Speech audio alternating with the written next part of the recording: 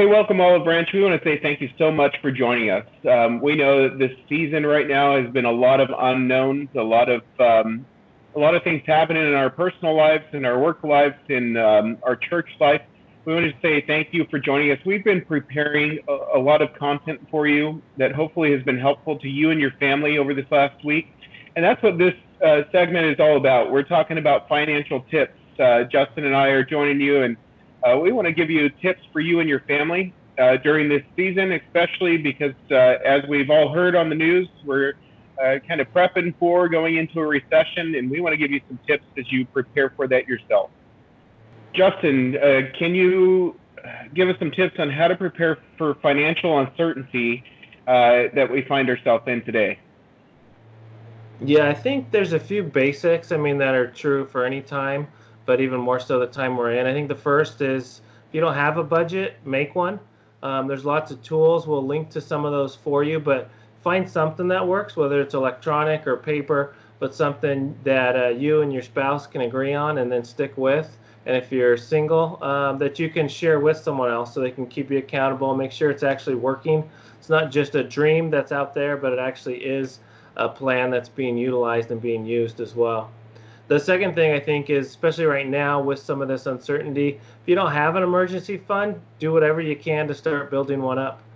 Typically 3 to 6 months is what you're going to want to have, but even if you can just get $1,000 set aside, that'd be a great place to start. I know for my wife and I, about 5 years ago, she was hospitalized, and we had already gone through Financial Peace University. And for us, it was huge just having her, having our emergency fund built up. So as she was in the hospital, we didn't have to worry about the copays, with each of the days that add up. We could just focus on her and getting her better in the midst of that. And that was so huge, I remember, just in that season, because we had been prepared financially. And then the last one is prioritize your spending, is really the last thing that I think right now you got to do. And so, Eric, if you're still with me, do you want to talk about how someone can prioritize spending during this time? Absolutely. I was just talking to my mom about this. She's in one of those situations where right now, in the middle of her job and the unknown, she's been put on a furlough and been laid off from her work right now, and trying to figure out where to go with this. And so we got together and we laid out her budget. And the first and most important things that we put on there were four elements. So that was food, making sure that her and my dad are fed, their utilities are paid, the third one being shelter, making sure their home is secure, and then their transportation. And really, those four things are what, if you've gone through Dave Ramsey's budgeting process, he calls those the four walls. And so food, utilities, shelter, and transportation being most important for you and your family. There's going to be times, if you are laid off during this season, that you might have creditors calling you. You might have the school loans calling you. And it's important to let them know, hey, I'm going to have to, if you can work with me on a deferral during this period, if you can, help me out during this period, and just let them know where you're at. But you might have those credit card companies calling you and saying, hey, we're not willing to help you out. You're going to get those phone calls, but always make sure that you focus on those four main elements: food, utilities, shelter, and transportation, to make sure you and your family are shored up with those four walls. And then on top of that, you want to make sure that you're, in some situations, you might be in a somewhat of a financial triage. And what that looks like for you and your family might be different with different circumstances. But you want to eliminate any unnecessary spending during that time. Things like gym memberships, TV services, streaming Hulu, Prime, Netflix. I know that those are kind of key right now because people are binge watching like crazy, but it really takes it takes some cutting back to help out you and your family. And then maybe you're investing in your retirement right now, and you might want to put that on hold because right now you're preparing for a crisis. A couple more things to really look out for are you can price your insurance out. Dave Ramsey on his website, he calls them ELPs, and there's insurance brokers on there, local insurance brokers that really help you to bring those prices down in terms of what you're paying for insurance, whether that be home or auto or otherwise. Those are some really simple ways that you can just reduce spending by looking for other vendors. You want to contact your lenders, like we talked about before, the student loans. See if you can put those on forbearance. Let them know where you're at. Let them know the situation. I know the federal government right now is talking about eliminating the interest rate on those payments during this season, but you can still call up the student loans and say, hey, I'm in need of forbearance during this time. Evaluate what resources you have in your house. That's another big one. Sometimes you might not be able to reduce spending, but maybe you have 5 TVs in your home that you don't need. I have one in my garage right now that has just been sitting there. And so put those things on OfferUp. See if you can sell them. See what resources you can kind of pull together during this time. And as we already mentioned with retirement, you can put that on hold during this season. Or something super important to think through is if you're in a position where you're going to lose your house, that's a point where you might want to say, hey, maybe I do need to pull out of my retirement, regardless of the taxes and the penalties that are going to be on that. You do not want to lose your house. Although retirement, pulling from that is a last resort, you want to make sure that your housing is one of the most important things that you're maintaining. But also at this time, because there's a lot of unknowns, what I would recommend is just preparing that emergency fund, bulking that up a little larger. That's what my wife and I are working on right now, is we're bulking up our emergency fund just in case, because you never know what storms are coming. Justin, if someone doesn't know where to save money and how to build up that emergency fund, what should they be looking at, and what are some common places people usually look at saving these funds?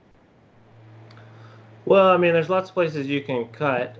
I think one of the things I know my wife and I found very helpful in the past is just simply switching to cash for certain categories like groceries. I know it can be easy to use a card, whether it's debit card, credit card, but so often, you don't realize what your spending is until, the end of the month or when the bill is there. But when you go with cash, well, if we don't have the cash, we don't have the money to spend, and you get creative or you figure out how to stretch things a little further. And so I'd encourage you, especially with those common things like groceries. I know when we switched to cash, the one thing we did is after the first month, we realized don't take all the cash out at the beginning of the month, but kind of spread it out, week by week throughout the month, so that you're not having to, eat top ramen for 2 weeks out of the month or things because you ate steak the first week of the month.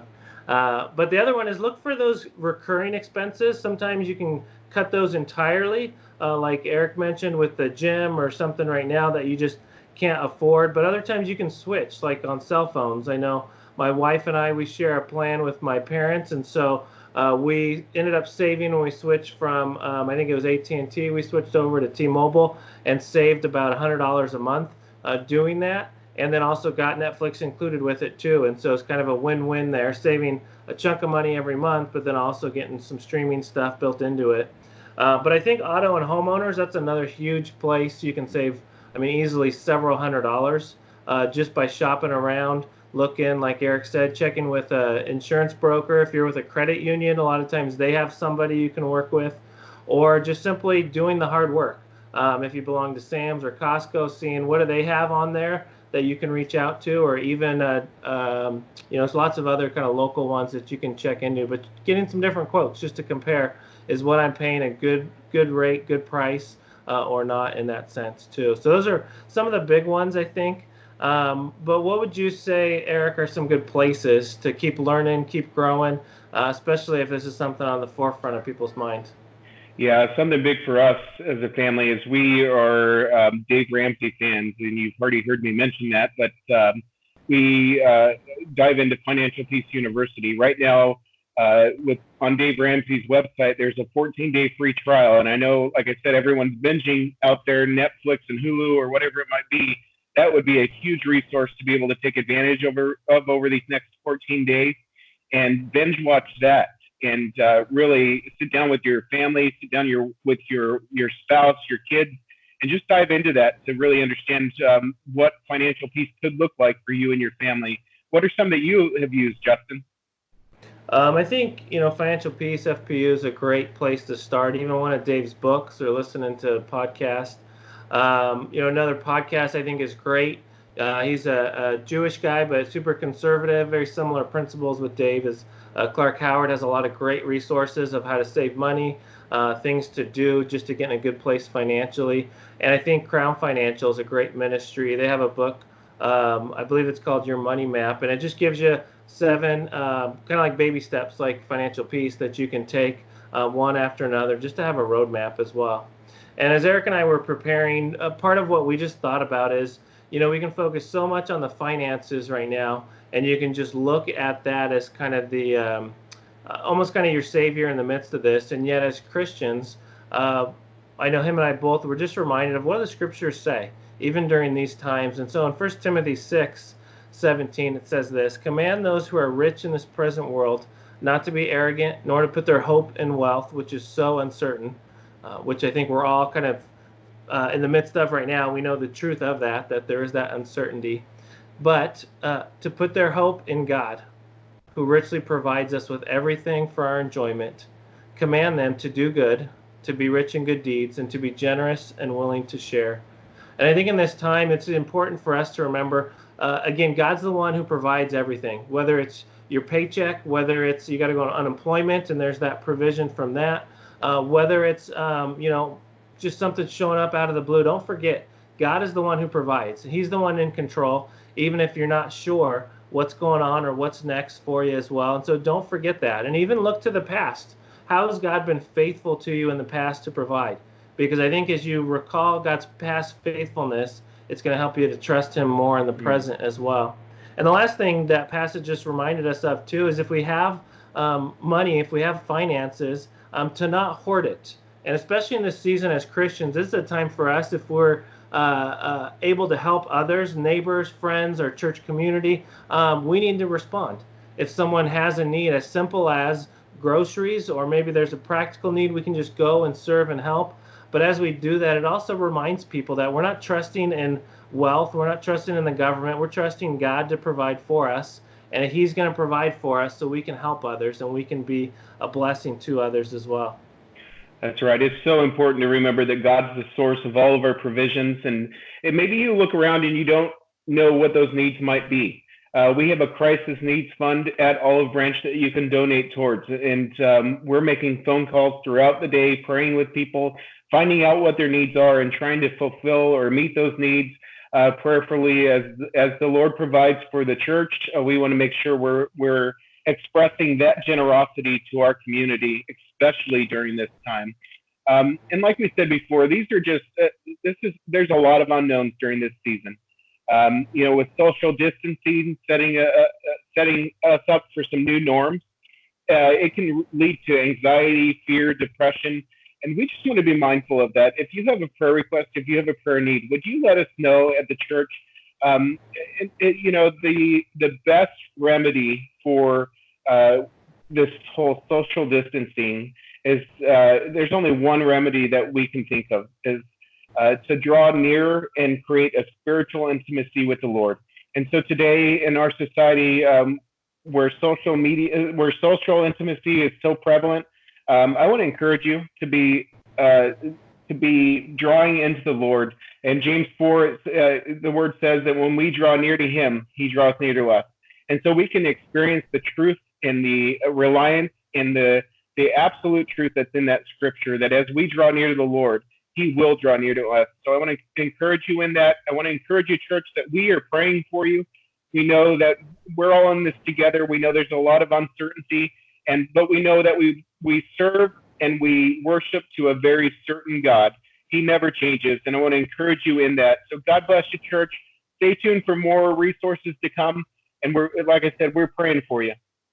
Yeah, and feel free if you got any questions, specific things you're kind of juggling with, trying to figure out. Also, just to let us know. With some of the resources we send out, we'll put a contact email in there, and you can just let us know, hey, here's where I'm at. What do you think we should do? And Eric and I, just drawing on kind of what we've read, the things we've been through, things we know, do our best to answer those for you as well. But again, don't forget, God's with you in the midst of this. And so thanks just for taking the time to invest, to learn a little bit more about how you can bring your finances into a better place than maybe where they are currently. Thanks again. God bless.